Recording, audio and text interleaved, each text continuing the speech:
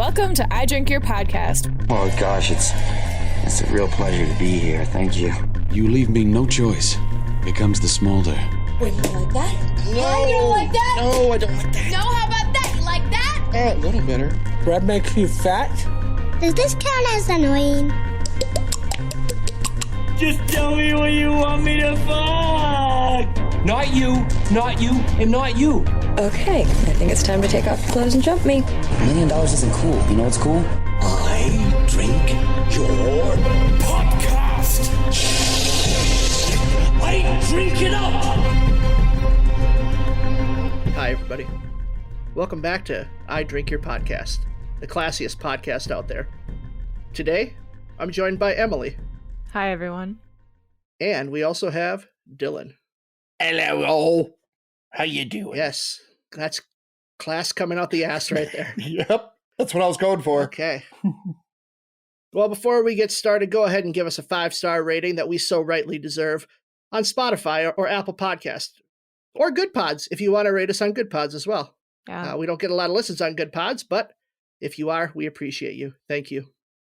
It's like Ben gets a new haircut and shaves all of his facial hair, and he's suddenly a new, classier person.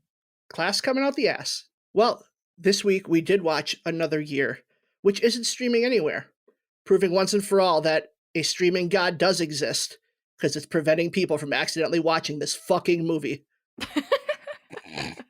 Oh, okay. But before we jump into what will definitely be a very lively discussion of Another Year, Emily, what's in your glass? It's a very British thing to do, but I am drinking some tea this evening because I swear every time a season rolled around in this movie, it was like, let's put the kettle on. We're going to have more tea. We're going to have even more tea. Oh, do you want some tea? Yeah, let's have tea. Yeah, that's a great Final choice. answer. Dylan, how about you? Well, I've got here a Stella Rosa Golden Honey Peach white wine. Yeah, it's very sweet. A little too sweet almost for my liking. And if I get really into it, I've got a Pinot Grigio as well. Okay. Okay, we're doing 2-bottle Dylan. Whoop, whoop. I went with Mary's drink of choice as well, which is just red wine and large amounts of it. I went with a nice Pinot Noir, caviar, Myanmar, Roseanne Bar. Her red car. Killing it. Anyway, guys, I don't give two shits about the Oscars, but I know you both do. And I know that Oscars are coming up, Sunday. Soon, right? Oh, this week. Okay, that's why we're talking about this. It's a big week, yeah. Sunday. Right. I've only seen 2 of the Best Picture nominations, Dune and West Side Story. Yeah. But I'm curious, Ben or Dylan, any favorites besides Dune or West Side Story, unless those are your only favorites? Just to give a past history here, Ben and I will, in the last few years, have gone to a movie theater to watch every movie that's been nominated for Best Picture. Now, after COVID, we missed last year and we missed this year. And I will say they really helped, though that showcase really helped because I was really bad this year. I only watched 3, I believe, of the Best Pictures. Nightmare Alley, Dune, and Don't Look Up. And probably my favorite one of those 3 was probably Nightmare Alley, because I love me some Guillermo del Toro. He's probably my favorite director right now, for me. I haven't seen Nightmare Alley yet. I've got plans to watch the ones I haven't seen in the coming days, but of the ones I've seen, my favorite thus far is Coda, which I'm really happy is gaining steam now as the front runner for Best Picture. Really? What's Coda about? Coda is a coming-of-age story about a girl who's growing up with deaf parents. Coda stands for Child of Deaf Adults, and it's about her, who is a hearing person, and her family around her, which are all deaf. And it's about her going through the struggle, and she has this passion for music that obviously her family can't understand, so it's about trying to navigate that passion along with the expectations of needy parents. Oh. It's definitely the tearjerker of this year. So If you want a good happy cry, go check this one out. I'll definitely watch it. Yeah. I mean, I loved Dune, but I would say of the two I saw, I would hope West Side Story would beat it out just because I thought it was so exceptionally phenomenal. Even though I did love Dune, I just feel like West Side Story deserves a little bit more recognition in what it was. Just as a whole, if that makes sense. I feel like Dune being part 1 of 2 that everyone knows it is, that they're going to kind of hold off on giving it the top prize until that second one comes out. Okay. Assuming it maintains the same level. Right. I would say, Emily, going with what you're talking about West Side Story, I think West Side Story went in with a lot of, for lack of a better word, negative press. I kind of got the view that a lot of people were very much like, why are you guys remaking what is considered one of the greatest musical films ever? You had the choreography by Bob Fosse, one of the greatest choreographers ever. You had Natalie Wood in a great performance. Why would Steven Spielberg, of all people, want to remake West Side Story? Especially after, this may be a horrible lead-in, but after a horrible disaster that was Cats, the movie. Well, I think it's a less beloved musical. I mean, and the difference between Tom Hooper and Steven Spielberg is the difference between an Oscar and a pile of shit. So okay. I don't like that comparison at all. But I had the same stigma going into West Side Story, where I love the original movie, but it won me over like right away, just because the choreography is so beautiful and there's just so much confidence behind the filmmaking by Spielberg that you can't help but be just like won into this world and these choices that he chose to make, like not having the Spanish speaking Puerto Ricans to have English subtitles associated to them. Like, it feels like it's such an exclusive choice to like exclude your English speaking audience from what they're saying, but it totally works. And that criticism is not valid at all, because the actors are so good at conveying the emotion through facial and movement that you don't even need to understand what they're saying to understand how they're feeling. Ben, do you just want to talk about West Side Story today? Fucking can we? Please. To make kind of a correction with what I was saying about the whole thing with Cats, was just that was kind of the last major motion picture to come out that was based off of a Broadway musical before this came out. No double backing, no. Dylan. You No, can't no, double no. back. I'm giving an explanation for how I came to the conclusion I had. And that was... What about In the Heights? That came out this year in June. Did that. I completely forgot about that one. Good job, Dylan. It's okay. Your justification is not valid. Fine. Either way, let's talk about some other nominations out there that we're looking forward to seeing things. Like, for me, the only category I actually care about is animated movies, because I've seen 3 out of like 5 of them. Well, which one do you want to win? I really want Mitchells and the Machines to win. Yes! And it's not because I don't love Encanto. I love Encanto. I thought it was just beautiful and amazing, and I loved it. But I felt like Mitchells and the Machines was so different, and it kind of gave a leg up to animated features. It kind of opened some doors. And I'm not saying like Encanto didn't, but it is a typical like Disney sort of musical, even though it was fucking amazing. So that's what I'm looking forward to. I will regretfully say I still haven't watched it. I've watched the trailer for it, and I want to watch it so badly, but trying to get my kids to sit down and watch it with me, because I think they would love it too, they just don't want to sit still. They just don't want to sit and watch it. So it's kind of hard You don't to need do them. that. So My person that I want to win so badly, but I don't think he's going to, is Andrew Garfield in Tick, Oh, Tick, for Tick, Boom. Tick, Boom? Oh, I know. That He's movie so feels good. like the biggest snub to me of this season, because I just found it to be so good in a year of really phenomenal musicals. Like, it stood up there with all the other ones that came out. And his performance in that as Jonathan Larson is just incredible. You see him and you're like, Andrew Garfield can't sing, and then, oh my God, he can sing. and he looks a little bit like him, which always helps in these biopics. But even more than that, like just the emotion and how into the character he was, it was a beautiful performance. And sadly, I think he's going to be overlooked on Sunday.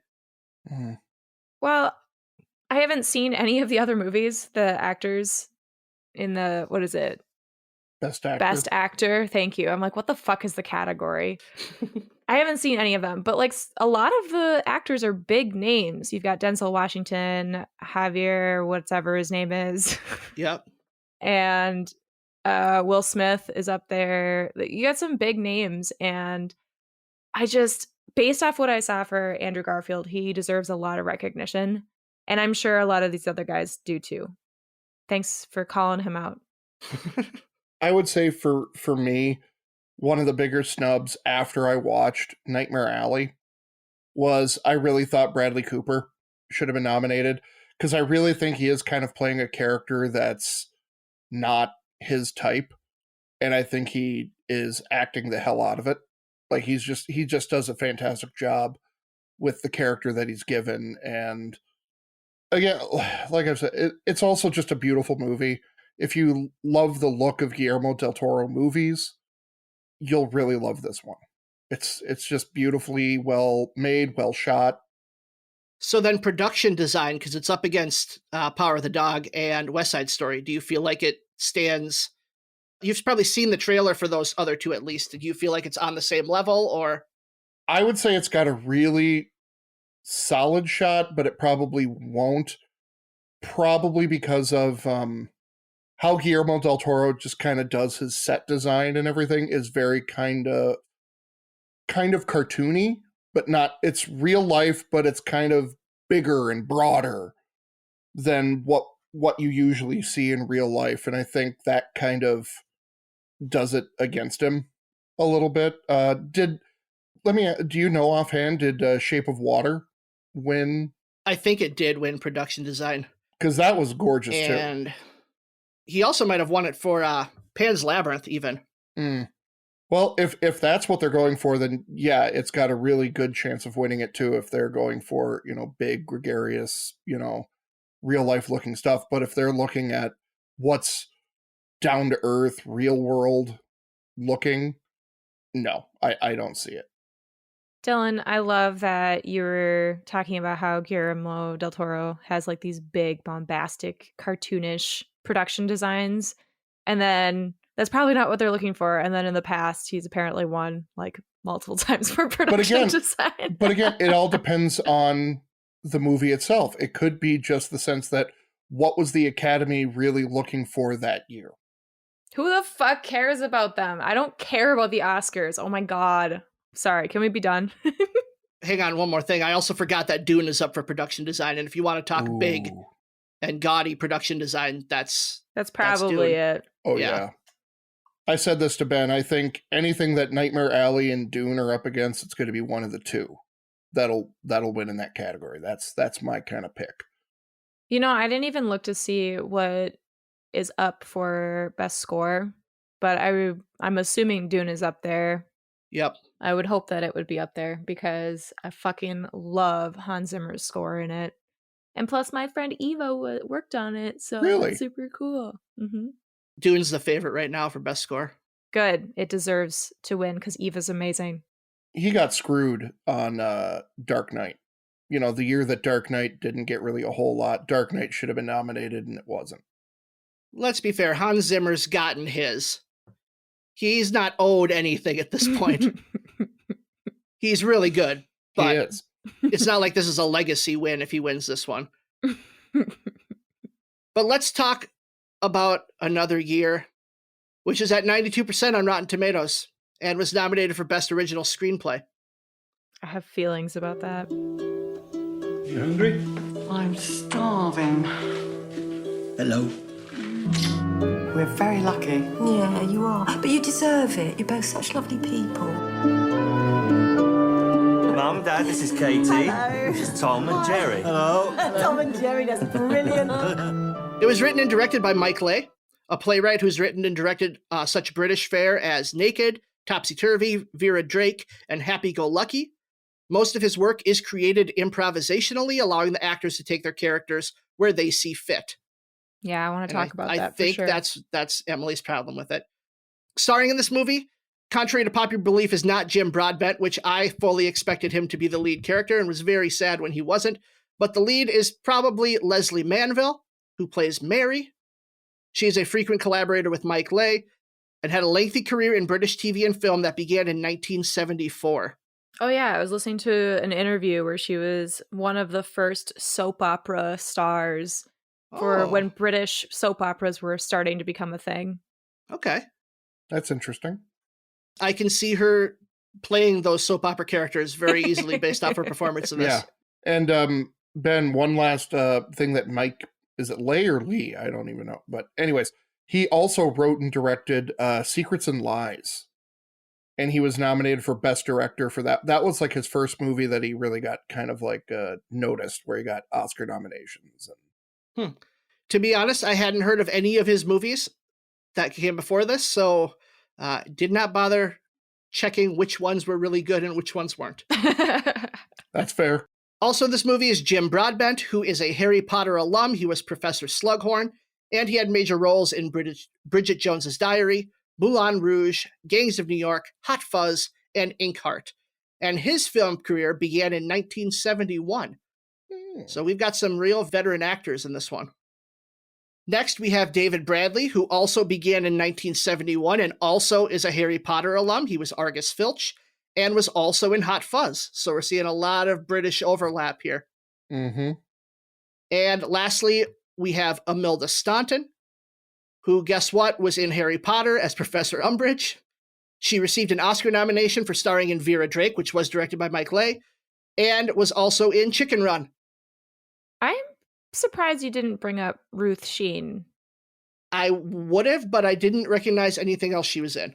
I mean, I didn't either, but she was one of the primary characters over, Imelda, whatever her name is. Well, I brought up Imelda Staunton because we need to talk about Imelda Staunton in this movie. Yes, I know. Okay, so that's why I did that. Guys, you ready to hear what I thought it was about? Please. Yes. Indulge me. Another Year is a story about a sweet young British couple that we see once a year on a meaningless day, April 19th. The days start out long, but as the couple ages, we glimpse a shorter and shorter scene with them that represents that day, till finally the couple realizes another year has passed and they are ancient dusty skeletons on rockers. The end. So, like, how does a couple pregame before 420? That's what you want to learn is, like, British couples pre-420 habits. Yep, exactly. I like it. And, it's extra trippy because that's why the scenes keep getting shorter until it's just, like, seconds of years passing. Oh. Did you say that in your synopsis? That's what... Yeah. Fuck, that's cool. I missed that. Yeah, that's actually... Yeah, that's way to not pay That would have attention. been a way better movie. I was so focused on how shitty this movie was that I couldn't fully wrap it around. I thought it'd be so cool about this couple aging, and it's aging faster and faster, where the scene is just like getting shorter and shorter. Well, Dylan, what was this movie actually about? All right. Say it so thrilled. Here is the DVD synopsis, ladies and gents. A happy couple for over 30 years.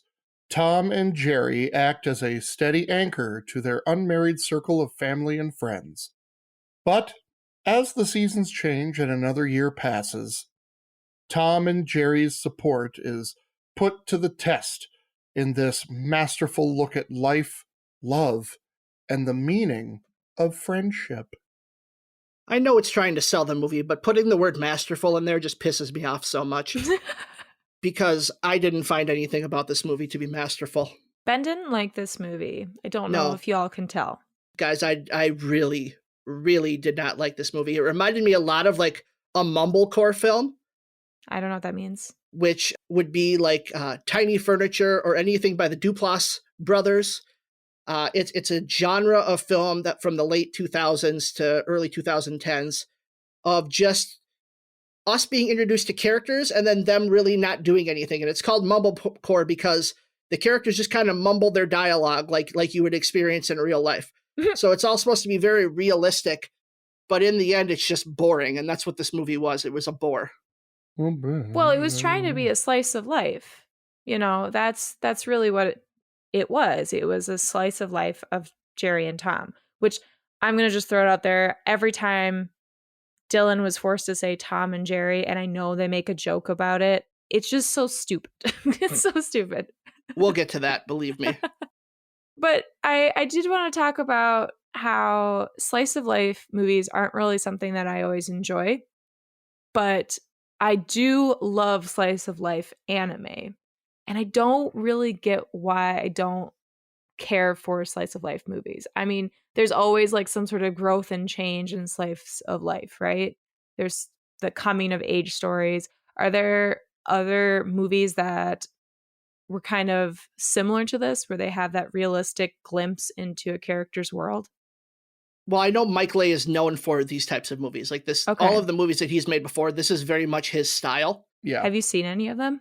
I have not seen any of them. Dylan? I have not either, no, but we're experts. Slice of life movies, the closest one that I can or couple that I can really think about would be the Billy Bob Thornton movie Sling Blade. I think had a lot of like that slice of life. This is who this character is. Not a whole lot's going to happen in this movie, but you're going to see how this man develops and helps people along the way type thing. Another group that I could think of would be with the Coen brothers. I think kind of do slice of life, but theirs are much more big and more comedic style of movies, are just very large movies, but they do kind of have that feel of, dropping you into the situation and just kind of going, this is what happened at this particular time to these particular people. Enjoy. And then credits. Okay. So the thing about this movie... This movie may have broken you. It might have. Is that nothing fucking happens, and there's no gimmick other than the changing of seasons to keep us invested in the story. I didn't give a shit about Mary from the second she stepped on screen, and nothing that she did on screen made me care about her. Ken can go fuck himself. That piece of shit. I'm done with him. The son character, trash. The only characters I liked were Tom, Jerry, and Ronnie. And they're the only ones I was invested in. Now, slice of life movies, they typically are about nothing. However, the conversations within them usually have weight outside of the story that's being told. And within this movie, they didn't really have anything to do to speak to grander truths about life. It was mainly just people complaining about how shitty their lives were. And I mean, I guess we can talk about like the grandness of like being sad and depression. And that's probably the reason we got Imelda Staunton's thing in the beginning, whatever the fuck that was. But like, unless the movie has something to say about the world or something gimmicky about it to keep us invested, like Boyhood is another slice of life, but at least that had the gimmick of watching this kid actually grow up 12 years as they were filming. This had none of that, and it was it never hooked me, and I was mad the entire time I watched it. Right. There was even a line where Jerry says something to Mary about how life is kind of shit and throws shit at you. I can't remember exactly what the line was, but it didn't even have that heaviness or realization behind it. Mm-hmm. It just was stated like everything else. So I do agree with you on that. And maybe this is just watching from a 2022 lens, but do we really need reminders that life is shitty right now? Like maybe in 2010 we did, because we were all riding high, Obama's in office now. Everything's going great. But like right now, I didn't need reminders that people like suffer mental health problems and have shitty lives, because that's what I see every time I leave my house. And sometimes when I look in the mirror. Oh, man. I think we have to defend this movie, Dylan. Yeah, I think I'm the only person here. I did like this movie. And part of it was I saw a lot of myself in some of these characters. Mary, especially, I did see a lot of kind of who I used to be and a lot of the problems and struggles that I've had. in my lifetime that need and desire to be wanted, to be loved, to be cared about. Now, I know we get that unconditional love from family, from like our parents, you know, unless you really cock it up. Or your parents are shitty. Well, yes. There's multiple. Yes. But for me, I always had a supportive mom. Everybody take a shot. There's your mom thing for the day. Dylan's mom. But no, throughout my high school and college years, I was probably very, very depressed and had a lot of anxiety issues and whatnot. And I saw that in Mary because honestly, every time Mary was on the screen and she was speaking, honest to God, my anxiety was up, like high. I was like, oh my God, this is so awkward and uncomfortable. But part of it is because I had some of those conversations where I kind of was Mary, where I was a little drunk or way drunk, and I was talking about things and just did not see not a point to my life, but didn't see any light at the end of the tunnel of like, this isn't going to get any better. And I really thought Mary was one of those characters where she was in that position throughout the whole movie, where she was kind of shit on a lot throughout her life. You know, she had a marriage that didn't work. She had an affair with a married man that didn't work. And she's trying so hard to just get someone to give her acknowledgement and love her that she's just not getting. And that's sad. I definitely agree. That's very sad. But Dylan, knowing, and you know, people change. I get it. Dylan, I say this with all the love in my heart. I don't think you were ever as annoying and helpless and awful as Mary. Like, seriously, I agree. Her being on screen caused so much anxiety for me. But I also was like, woman, you are close to 50 years old, if not 50 something. 40, 50, 60, 70. We're not going to go 70. We'll stick with the 40, 50s.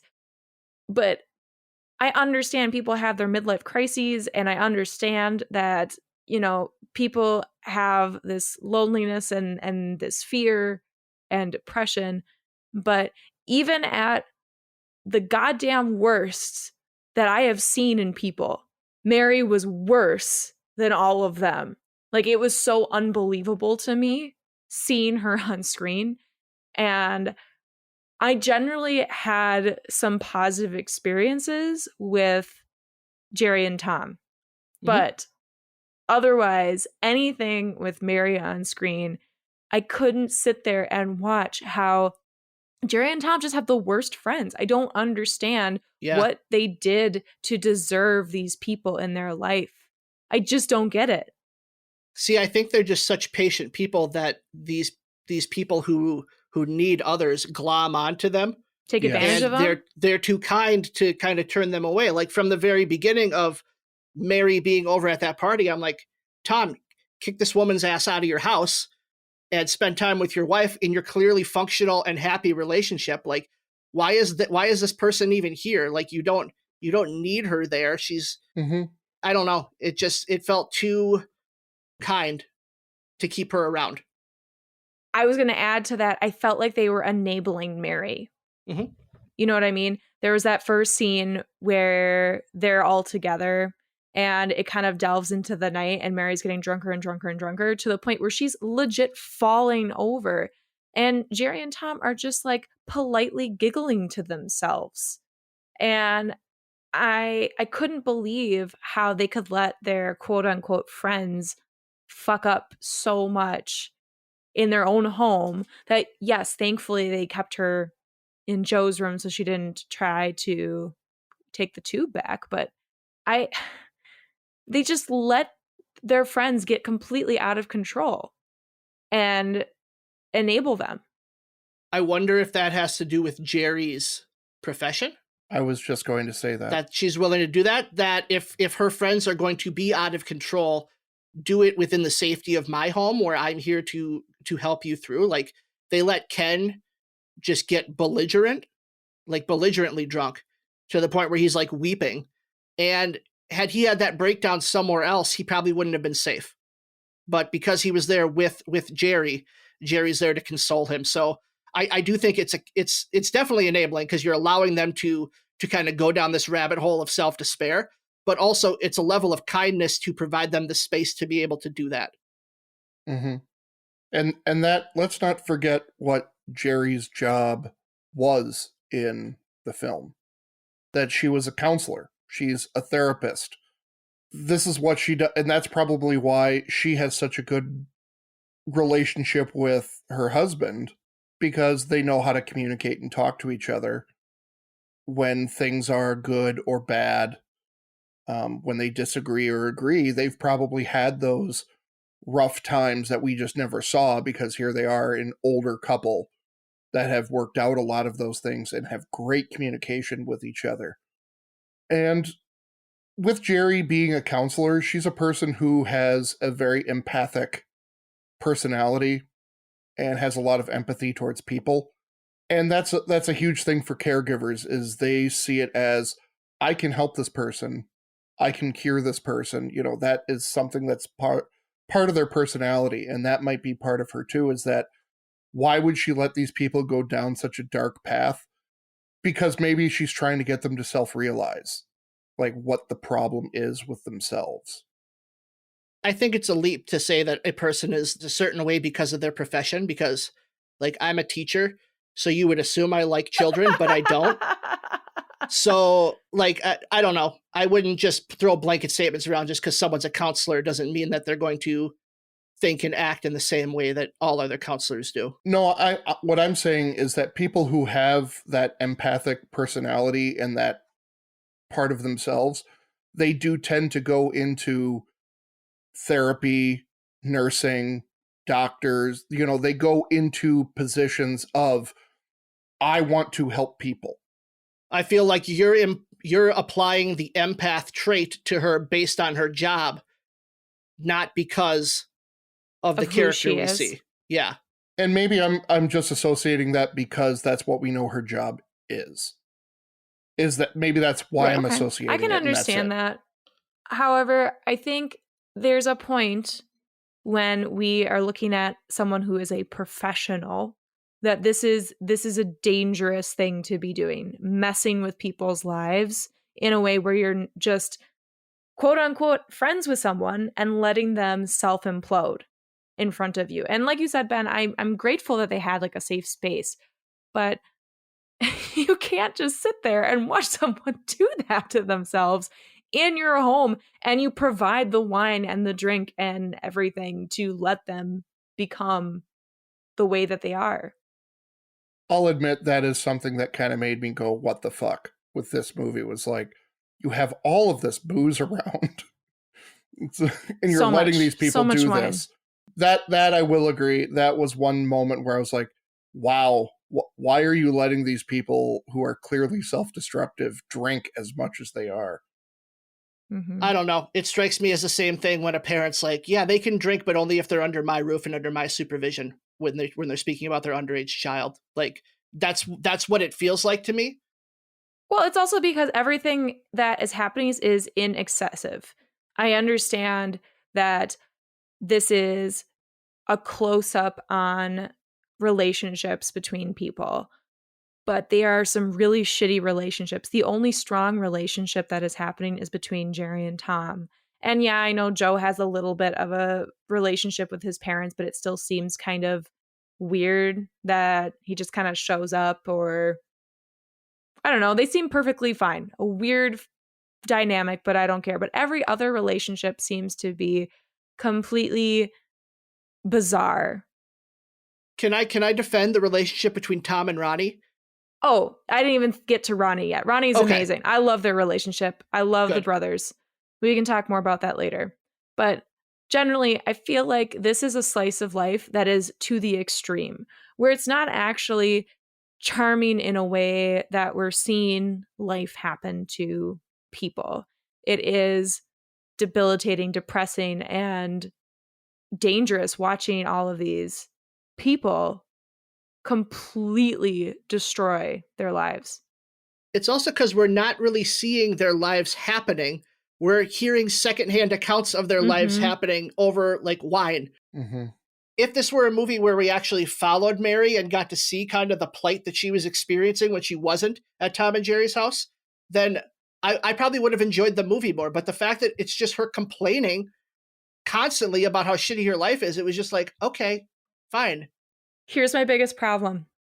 I didn't believe Mary.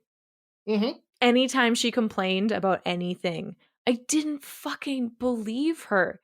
And maybe that's the point. Maybe we're supposed to hate Mary.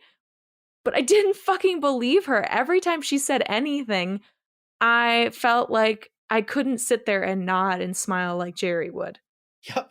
Tom would at least react and have some snarky comments, but I couldn't just sit there and let her talk about things when it sounded completely fabricated. My life is a mess. And, you know, finally by the end of the movie, Jerry's like, you need to talk to someone professional. And Mary's like, no, I want to talk to you. And it's like, no, there needs to be this separation because we want to be friends. I am not your therapist.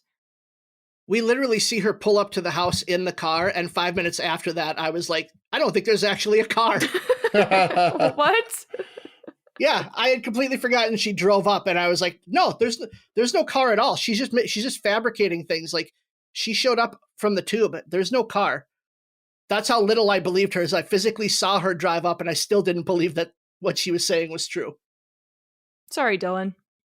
No, it's... I say this, again, with all the love in my heart. I feel like you are so much better than Mary, and maybe when you were at your worst, sure, you'd maybe have a glimpse of Mary, but Mary is just such a hyperbole of someone in distress. And I'm not saying that was like my personality or anything like that, but I can just see the psychological sadness in her that I saw in myself a lot.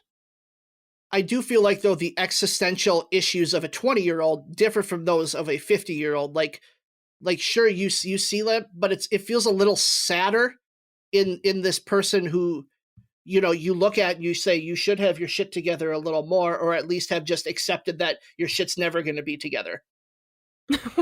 Dark. And even she said that in that dinner scene when she slept over, is she was like, what did I get out of my divorce? 5,000 pounds. And that's it. She's like, I should have my shit together. And why don't I? Why don't I? And one phrase that I kept hearing, I don't know if I heard Ken say it, but I know I heard Mary say it a few times, was, it's not fair. And that's where kind of I was turning going, guess what, bitch? Life is not fucking fair. That's where you got to get past some of that shit yourself, is just kind of go, life's not fair. Get over it. Get over the hump. But some people are so depressed, they can't. And I think Mary's one of those people. I want to give Dylan the opportunity to talk about what he liked about this. But before we do that, I did write a quick public service announcement that I'd like to say. So, hey, writers, stop trying to be fucking cute in the naming of your main characters. Naming them Tom and Jerry in this movie is just stupid. And every time they said their names, it took me right out of the movie and transported me to a place that I much rather would have been, which is watching Tom and Jerry. And not even the cartoon, but the HBO Max movie that came out last year. That's how bad this movie was. The worst offense was then having a moment of dialogue about the fact that they are named Tom and Jerry. Fuck you, Mike Leigh. Do better. Everyone else, learn from this fucking nonsense. Don't do this. You know, the next British movie that he's going to put together, it's going to be Bugs and Elmer. The next British movie he puts together, I will not be watching. That's a guarantee. Well, before we get into the good, bad, and weird, let's talk specifically about who won this movie. So, Dylan, you had the shiniest, happiest outlook on this movie. What won? I think the performance by Leslie Manville as Mary was what won it for me in the movie. And my reasoning is not necessarily the dialogue, but her facial expressions and her nonverbals were really, really good. Case in point for me, the scene when she meets Katie for the first time, and she is just so happy that Joe is there and she gets to see him and she's missed him and this and that. You know, somebody that she's seen grow up and everything. And then to hear, oh, here's my girlfriend Katie, and how her face just went from happiness to complete despair and hatred for this girl. That I thought was very impressive to me, was just the change in her facial expression. I can see how someone who likes this movie would really enjoy her performance. Me, as someone who hated this movie, I hated her performance because I could not separate her character from the performance. And I was just like, you're insufferable. You're giving me anxiety. Like, I love train wrecks, but even this is like not fun to watch. And when you're rooting for the main character to die off screen, that's a problem with your movie. Like, at one point, Mary, Ken, and Joe all get in a car together, and I was legitimately like, oh my God, they can take out all three of these pieces of shit in one car accident. Let's do this. But sadly, it didn't happen. Dylan, I agree. I think that the performance for Mary was exceptional for what Mike Leigh wanted her to be. I had a look of disgust as you brought up Mary coming to dinner and seeing Joe and being excited, because I have my own issues, but I don't care. We're not going to talk about that now. We're going to focus on good things right now. And the best part of this movie is David Bradley's performance as Ronnie. Oh my goodness. He absolutely solidified it with his own mannerisms when Mary came in, and he just didn't respond to anything she was saying, and just his looks that he would give her in response to her asking a question and not responding was beautiful. And, you know, even though those moments were comedic gold to me, I still felt like there was just this tender sweetness between him and his brother. There was this one scene when Tom is packing everything up for him, and Tom hugs Ronnie, and the distant stare that Ronnie is in his grief is so overwhelmingly gorgeous. I thought his performance by far was amazing in an emotional level. I agree. And I think it's interesting that all three of us picked performances as our favorite part of this movie, because I also picked a performance, and my performance was Jim Broadbent in shorts. I loved him coming out in shorts. I don't know why. He doesn't seem like a guy who would ever wear shorts, so it just caught me off guard, and I was like, yeah, look at those calves. He's killing it right now. But also just his performance in general is just so good. He's consistently funny. He's a break from all the other like fucking nonsense. He calls out the characters when they're talking stupid. Mm-hmm. He's really the anchor of this movie. And the sad part is it's the anchor on the Titanic, and he's going down with the rest of the ship, because in any other movie, this would have been a great performance that probably would have gotten some award recognition. Yeah, I loved a lot of his quotes. Like you said, he had this response of reality checking these people versus Jerry just let them walk all over her. You know, sounds like me. He was a duplicitous shit. What a fantastic phrase. A duplicitous shit. Oh, it just gave me goosebumps all over. Or when Ken's talking about how noisy young people are, he's like, fucking young people are so noisy. I'm like, what the fuck? How old are you, man? And he's like, it's a young person's prerogative to be noisy. And it's like, of course it is, you know? Or him when he's jumping on Ken's back. He has this youthful exuberance on life where you can just see how happy he is. And he's trying to use humor to get his friends out of that too. Out of their doldrums, I guess. I mean, Jerry has her moments too, especially in that scene in the bar or in the pub with Mary near the beginning of the movie. Mm-hmm. Just the way that she's responding to Mary is a very Jim Broadbent like. You can see how they would make a good couple because of the way that they both talk to their friends. Any other good that someone wants to call out? Well, since you brought up their relationship, Jerry and Tom's relationship is so tender and sweet and loving and comforting. And it's everything to do with their looks. You know, every time Jerry would like reach around and grab Jim Broadbent from behind and just like nuzzle into him, it was heartwarming and melted my soul. Or when she's talking about how I can't remember the phrase, but she said something about her being like a fat piece of bread or something like that. And he literally says to her, "Shut up, you're perfect, you're gorgeous." Mm-hmm. And you know, all of those little pieces, I thought their relationship was very sweet. I agree. You can tell they're a couple that may have gone through a lot of things, but they've stuck it out and they know how to talk to each other and they know what they're doing in a marriage. I have more. I'm just waiting for you have more to good? Get more. Yeah. Get out of here. My favorite scene was when the credits rolled because we were spared from another year. If spring had popped up again, I might not have seen another spring. I did like one other thing, and I did like when they were in Ronnie's house, I liked the look of the house.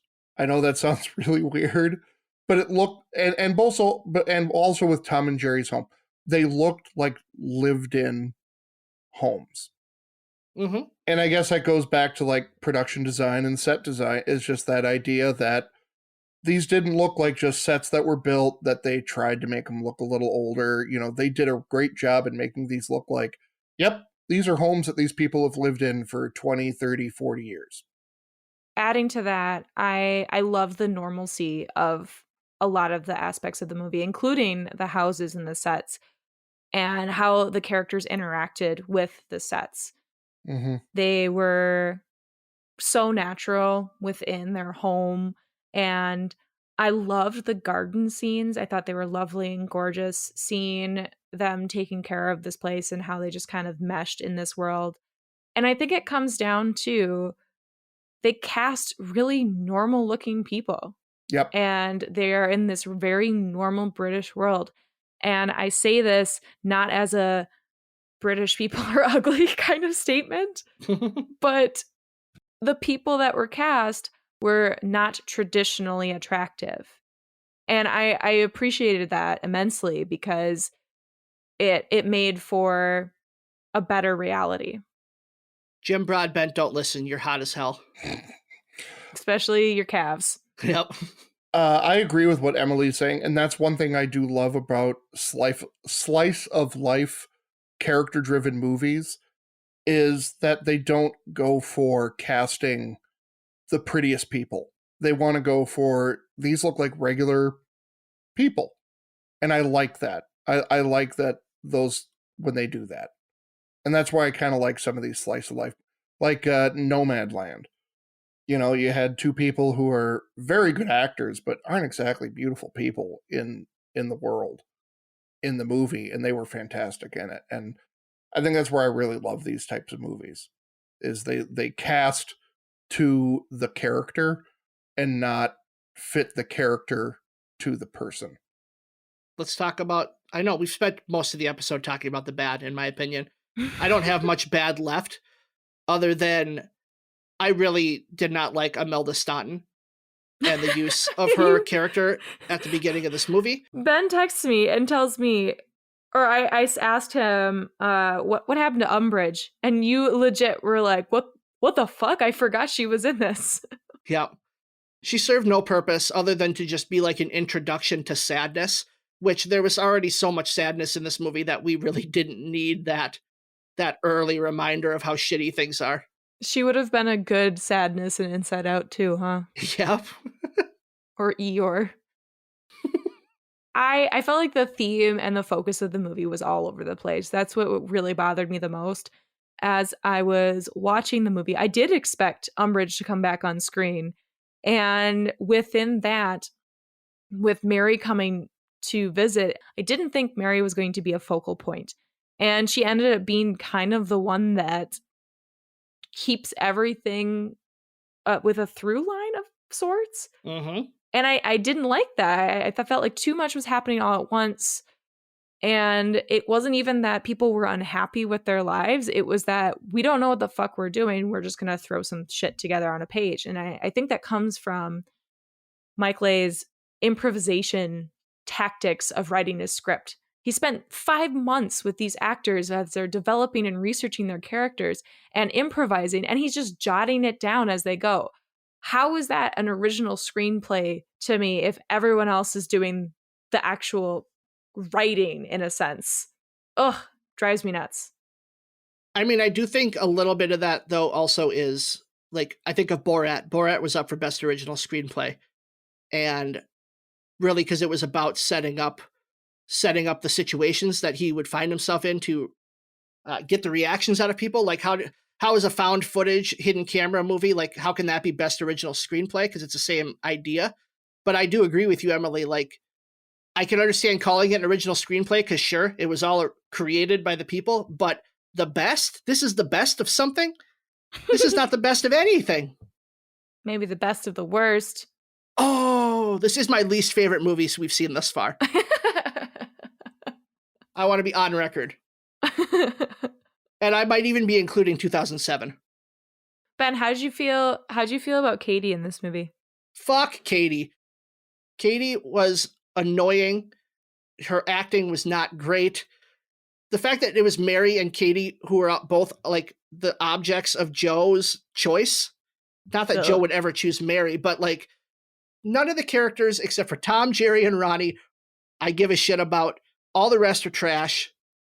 Just fucking let's be done. No, Dylan, what did you not like about this movie? Dylan loved this movie. I didn't love this movie. He didn't say that, Ben. Oh my gosh. This and Escape from New York are his two favorite movies. If I had anything I really didn't like, I just don't necessarily love movies where they just put the camera in just a spot and just go, okay, go, action. I like a little bit more the editing and the cinematography. Well, there is no real cinematography, but like the editing and whatnot, it just feels very slow, boring, not a whole lot of movement to it.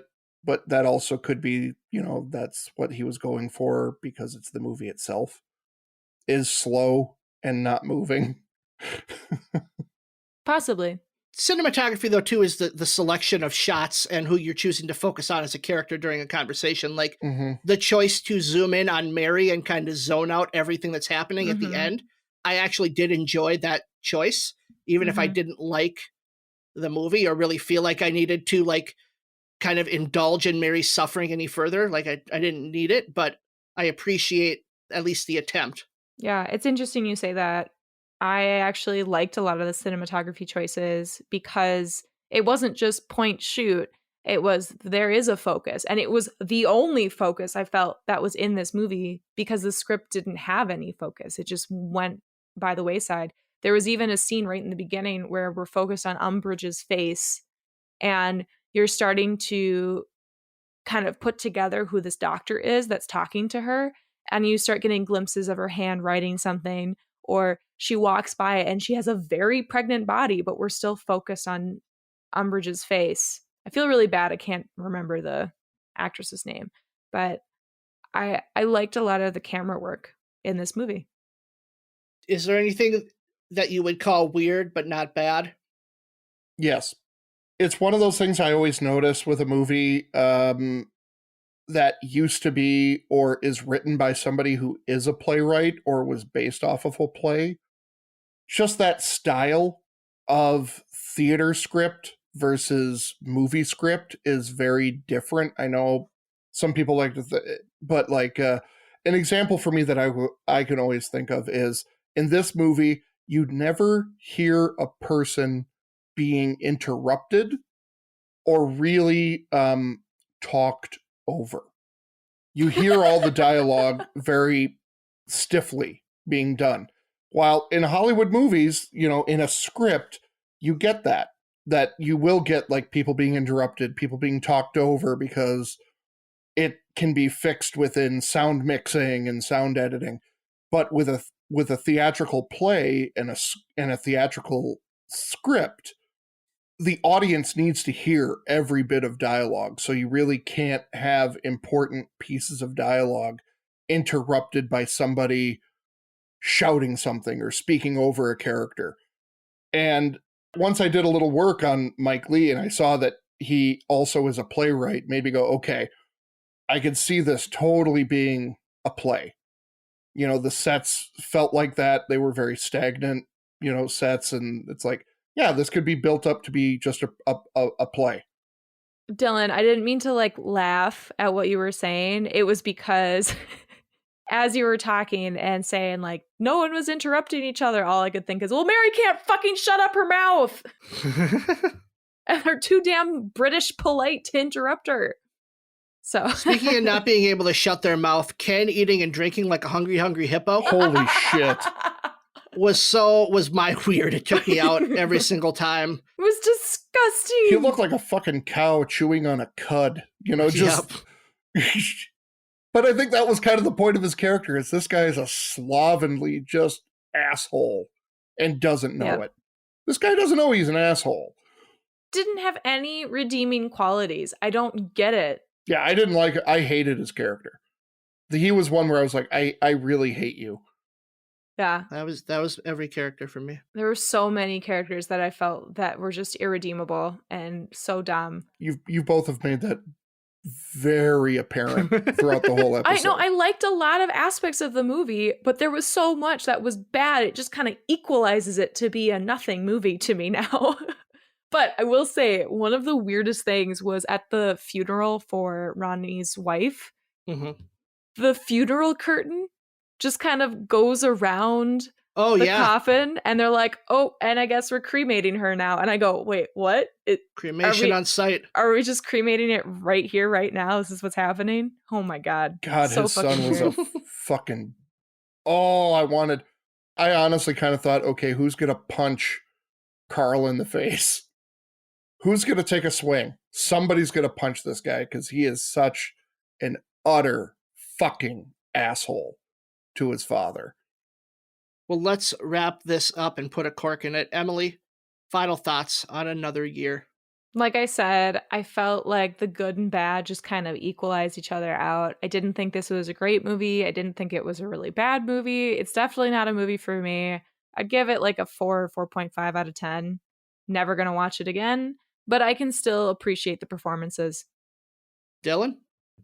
Very similar to what Emily is saying.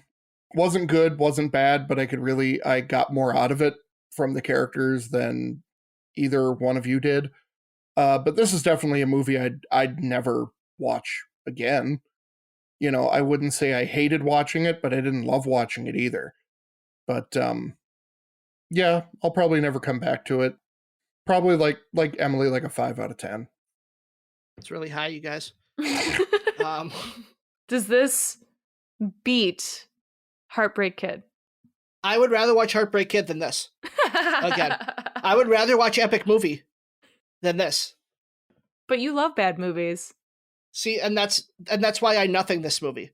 Like, it makes me mad. It shouldn't exist. I wish we had watched another movie. You're dumb. What's your favorite idea? Mine is being creative. How do you get the idea? I just try to think creatively. Emily, you got some Twits questions for us? I do. Here we go. Number 1. You can choose, and if you want, you can flip a coin, but you can choose either Ken or Janet. Janet was Umbridge. What's the rest of their story look like? Or what do you want the rest of their story to look like? I'm going to take Ken. Fuck. You're going to kill him, aren't you? I'm not going to kill him. I want Mary to end up settling for Ken. And for her to be even more, like, sad with her having to settle, to the point where, you know, she then takes him out. Oh my God. By forcing him to, like, overeat. You know, like, she's cooking these meals. I know she wanted a guy who would cook for her, but that's not Ken. And she's settled for that. So now she's just going to keep cooking and cooking and cooking until he just explodes at the dinner table. Oh my God. So he becomes, what is it? The sloth death in the movie 7? No, it was gluttony, wasn't it? Oh, yeah, it was gluttony. My bad. Gluttony. Yeah. Well, Dylan, what happens to Janet? I think Janet, tragically, she gets her sleeping pills, and one day she just decides, instead of her taking the sleeping pills, she is going to give all of them to her shithead drinker of a husband and murder her husband, and now she is free. Now she sleeps. Now he sleeps, and so she gets to get a good night's sleep. I don't think this character of Janet is any different from Umbridge. I think she just leaves that room and goes back to her post at the Ministry of Magic. It's the same character. Yikes. Okay, number 2. I'm going to be honest. I thought the way Joe introduced Katie was one of the worst fucking things I've ever seen in my life. Can you give me a worse way to introduce your girlfriend to your parents? Crime scene. Fake a crime scene with, like, that he comes running out of the house going, oh my God, I was going to introduce you to my girlfriend, but something horrible's happened. And he brings her in, and here she is lying, foam coming out of her mouth and everything. And as Jerry, who is somewhat of a medical person, leans down, then she goes, ah! And wakes her up, and then kills Jerry with a heart attack because she scared her to death. Okay. I meant like your own girlfriend, but sure, that works too. Oh, well, yeah. That's how you introduced Crystal to your mom? Yep. Totally. Yep. Well, my mom was a nurse, so if I was going to do it, it's going to be that way.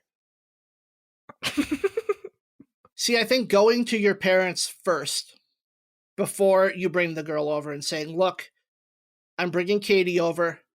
She's not that great to look at. She doesn't really have anything interesting to say, but like she's willing, so just put up with her. Holy shit. And just preface it with that, and then just be super nice. Like, oh, this is my beautiful girlfriend, Katie. And the parents will know then, like, really how you feel. Oh my God. Ben, you were a psychopath. Yeah, that's a little sociopathic there. You said a worse way. Isn't that's it worse? It is worse. Right? It's absolutely worse. You achieved the goal. That's psychologically worse. Holy shit. For who? I don't know. If it's nicer to Katie. If Katie were to ever figure out, that would break her. She's not smart. She's not going to figure out. Now let's all agree to never be creative again. I really hope, Ben, you have a better game. I've got at least an interesting game. I don't know if it's better is so subjective. Like, I was going to say, is it an escape room to get out of the movie theater from watching this movie?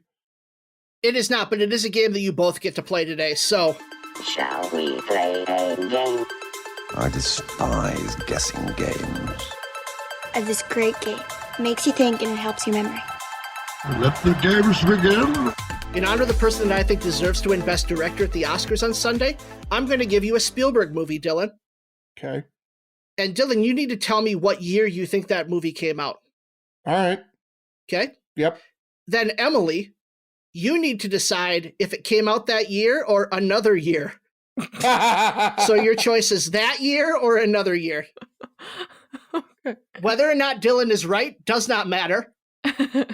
All that matters is, Emily, is it that year or another year? And Dylan, you win if Emily loses. So there's a little bit of strategy on your part, right, too. And I'll keep my hands up like this just to show I'm not using IMDb.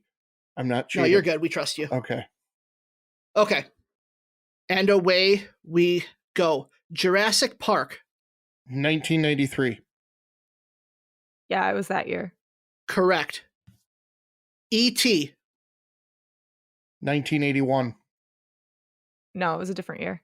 That's correct. It was 82. Fuck. Ready Player One. 2013. No, it was a different year.